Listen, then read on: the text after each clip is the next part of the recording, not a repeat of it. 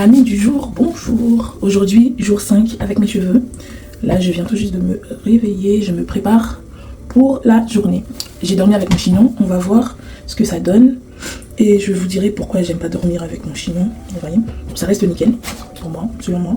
Je ne sortirai pas comme ça parce que vous voyez, il y a des cheveux qui sont sortis parce que je crois que j'ai gratté. Je me suis couchée au début sans foulard. Ça fait aujourd'hui 3 jours ou 4 jours que je n'ai pas refait cette tresse. Mais il y a moyen en fait de, vous voyez, un petit coup de brosse et vous rentrez et c'est bon. Donc on est vendredi, si je veux, je peux partir au travail comme ça. Moi ce que j'aime pas lorsque je me couche avec mon chignon, non seulement, bon après si tu serres pas, ça va, mais si tu serres trop, tu auras du mal. Et là j'ai pas eu de mal parce que j'ai pas serré, vous voyez. Mais j'ai l'impression que ça s'aplatit lorsque je me mets sur le dos. J'ai l'impression que... Mais sinon ça reste potable. Dites-moi si vous seriez capable de sortir comme ça, aller au travail. Donc, vous voyez, on peut dormir avec les cheveux. Donc, même si on n'a pas le temps, une coiffure... Mais c'est moi, comme je suis pointilleuse sur les choses, je veux dire, je sortirai pas comme ça. Mais si j'ai une urgence, je pourrais sortir comme ça. Vous voyez, ça fait 1 semaine que j'ai la même coiffure. Donc, il y a moyen, les tresses, pareil. Si je veux, je refais parce que les cheveux rebelles, là, sont sortis.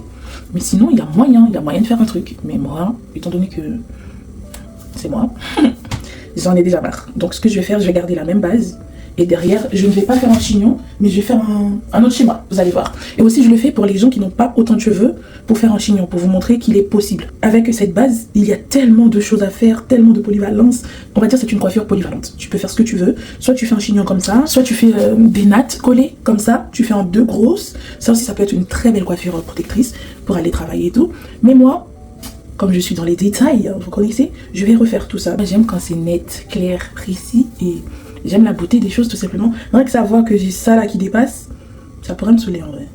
Alors voilà la princesse de l'éternel. Bon, aujourd'hui on va essayer d'être humble, pas d'excès d'amour de soi, un peu d'humilité. Mais en même temps, la Bible ne nous aide pas. Hein. Quand tu lis Seigneur, je te loue d'être. Non, Seigneur, je te loue de ce que je suis, une créature si merveilleuse. En même temps, comment être humble avec un truc pareil, vous voyez?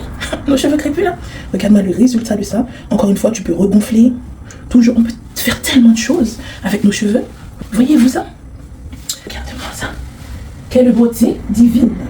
Toujours bien, nickel. Alors voilà, 5 jours de travail avec la même coiffure, mais tu auras l'impression que je suis toujours coiffée. C'est le cas en fait. Je vais te dire bonjour, Dimensi enchantée. Non, pas la bouche. Bonjour, Dimensi enchantée. Bon, allez, on va bosser un peu là. Mais tout ça pour vous dire comment on peut être vraiment présentable avec nos cheveux crépus. Je kiffe. Amour de soi, les amis, n'oubliez pas, ok?